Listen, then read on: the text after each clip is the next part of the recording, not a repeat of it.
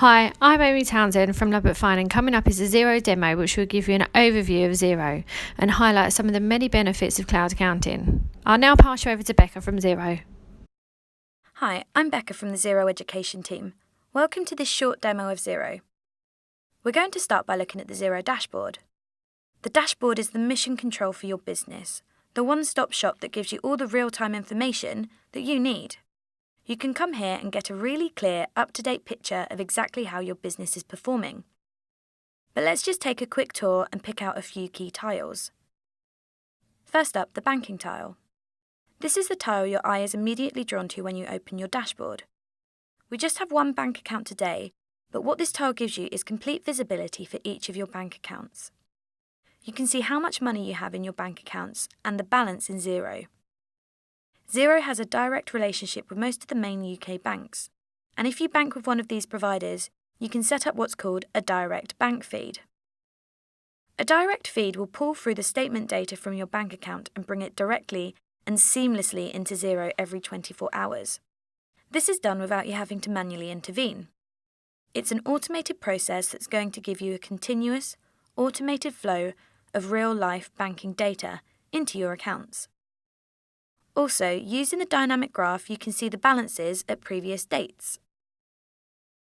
Having all of this in one place gives you better information, which ultimately means better decision-making. We'll come back to the bank tile in a moment and take a look at reconciling the transactions. But before we do that, I want to take you on a tour of some of the other features on the dashboard. Next, we have the total cash in and out tile, which is fairly self-explanatory. It's a great bar chart showing the cash coming in and out of the business. This is a great example of just how intuitive and easy to use Xero is. You can click into a balance and drill down straight to the data behind it. You don't have to go away and run a separate report to see what these are made up of. It's just one click away. In the top right-hand corner, you can see we have a tile called the Accounts Watch List.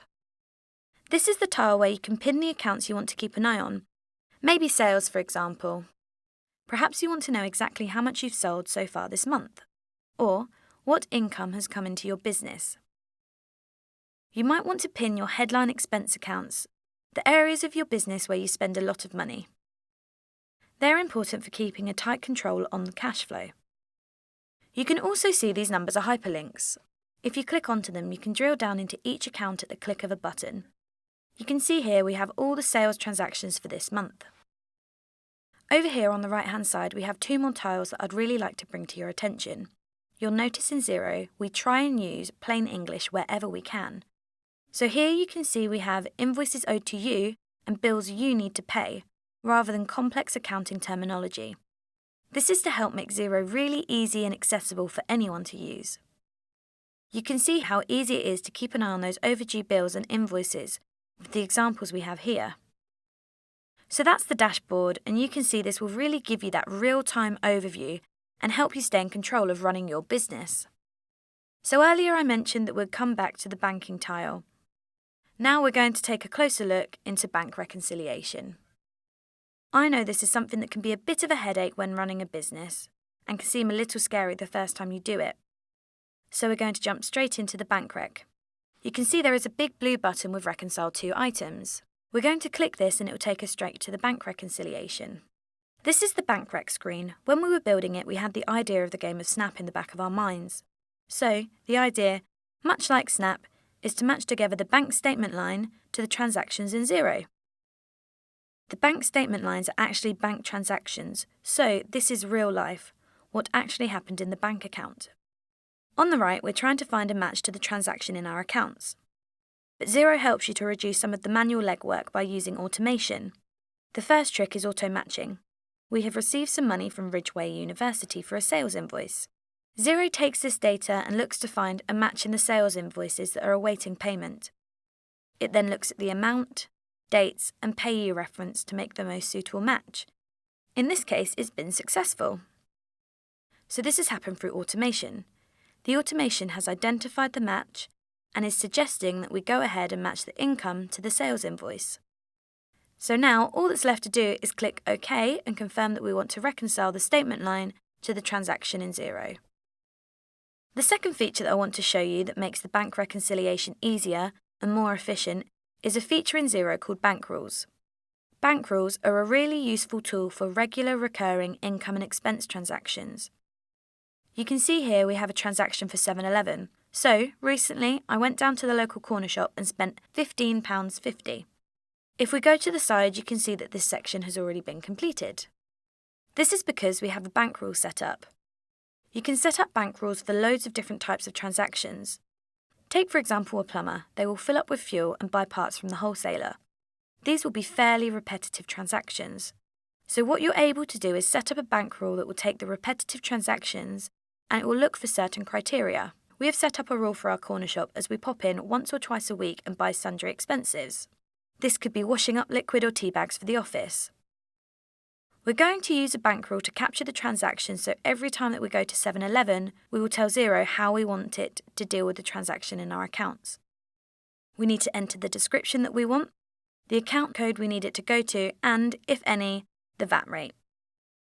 You can set up many different bank rules, and there are 3 types: spend money, receive money, and transfer rules. The wonderful thing about bank rules is once you've set them up, all you need to do to confirm the rule is correct is click the OK button and Xero will do the rest for you. It's going to create the account transaction and reconcile that statement line. Using bank rules is a great way to automate the bank reconciliation. So the next feature we're going to look at in Xero is the sales invoicing. We're going to go from setting up the quote all the way through to the most important part, receiving the payment. First of all, you need to go to Business, then select Sales Overview. You can probably guess what this is showing, but it's a great little overview of all the different sales activities in the business. So all the quotes I've sent to my customers, all the quotes that need invoicing, and finally, any outstanding invoices. You'll see it looks like I have a bit of work to do as I currently have 10 overdue invoices. Xero highlights this, so I probably want to give those invoices a chase. For invoices in Xero, we have a great automated invoice reminder feature where you can set up emails to be sent out. We won't be going into too much detail about that today, but if as a business you're struggling with overdue invoices, Xero has some great features to help you keep on top of them. What we are going to do is click into an accepted quote to use as an example. In true Blue Peter fashion, here's one I made earlier. This is a quote for one of my customers. My customer has accepted the quote and it's gone into the Accepted tab. I can click into it and check the quote over. So when I'm ready, I can use this quote to create the sales invoice by clicking the big green Create Invoice button. Check the Marked as Invoice and click Create. We have a couple of shortcuts for data entry with Xero, plus 30 for 30 days, plus 1W for 1 week, or plus 1 month. Once you're happy, click Approve, and we're going to send this invoice out via email. We are ready to provide this service. We've made the invoice and now we're going to email it out. You can see we have an email template that's been populated by Xero. This happens automatically. I can edit it before I send it out at an individual level if I need to. Also, I don't need to export the invoice out to attach it to the email, as I can send this all out from within Xero. We'll go ahead and click Send.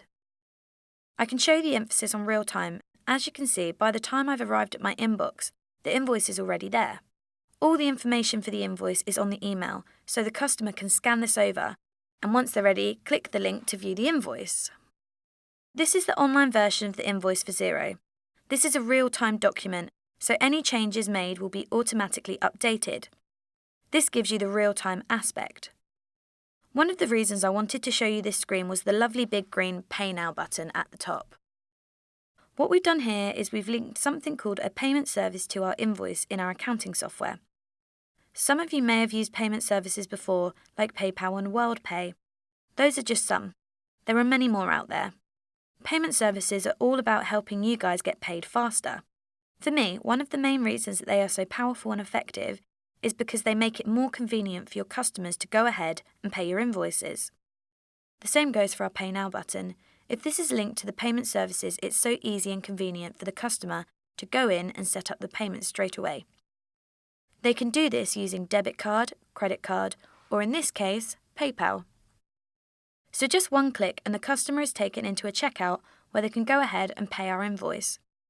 So this is a really good example of how cloud accounting can help you get paid faster and keep on top of your cash flow. One final thing that I just wanted to mention in regards to invoicing. There's one great little feature in Xero that really helps you to scale up your invoicing if you have a large number of customers. It's something called the contact group. This is a great way of invoicing a group of customers that regularly buy particular goods or services. Then a contact group is a way that you can get this done quickly and efficiently by creating a single invoice in Xero and then apply that invoice to all your different customers in that group. You can add as many different customers into that group as you want, so you could feasibly create a single invoice that went out to 250 customers. So that's a really, really powerful tool for invoicing a large number of customers in bulk. Just before we round up, I'm going to take a quick look at reports and then head into the mobile app. To get to reports, we need to go to Accounting and then click Reports. This will take us to the Reports homepage. Reporting is hugely relevant to all of us out there. We can get better information and more visibility with what's happening in our business. We only have a short amount of time today, so I'm just going to show you on one report how you can customize them, make them more flexible, and that you can make the report satisfy your needs. We're going to click into the new profit and loss as an example. Hopefully this is something that you guys are familiar with seeing at year end or half year. To keep an eye on your P&L, make sure your figures seem correct and ultimately what we're working towards, that profit margin. So here we have the P&L, and if we go into report settings, I can show you the simple ways we can customize the reports. We can change the date range. You can choose any from this list, or even select custom and amend these dates. You can also try adding tracking categories using this drop-down. If you haven't heard of a tracking category before, they're a great way of keeping on top of different expenditure or different activity in different areas of your business. It might mean if you have 5 or 6 different offices across one particular region, you can set up each one of those offices with their own categories so that you can see how each particular office is performing. All of that visibility can be brought to the surface. In the profit and loss itself, you can see that we've added a budget and a variance column. And if we scroll down, you can see that I've grouped together my travel costs. I did this all using the Edit Layout button at the bottom.